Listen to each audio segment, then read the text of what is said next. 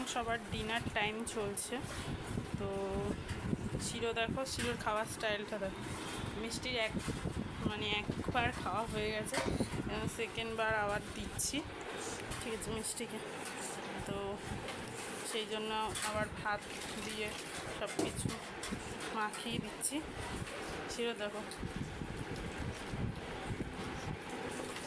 কিন্তু একবার খাওয়ার স্টাইলটা দেখো শিরোর সব।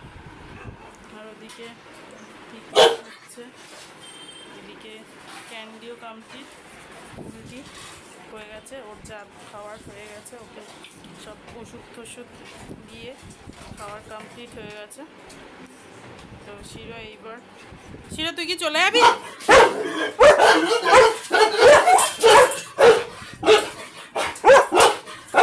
রিয়াকশনটা দেখলে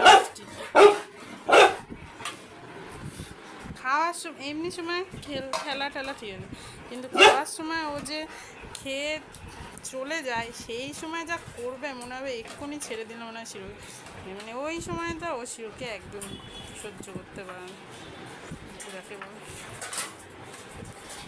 তো যাই হোক, ভিডিওটা ভালো লাগলে সবাই লাইক কমেন্ট শেয়ার করো, সাবস্ক্রাইব করো চ্যানেলটা যারা নতুন রয়েছে, আমাদের পাশে থেকো। আর বুলটির নেক্সট আপডেট আমরা দেবো আবার। ওয়েট তো দিয়ে দিয়েছি, খাওয়া স্টার্ট করে দিয়েছি। বুলটিকে এখন একটা চিকেন দেবো, আর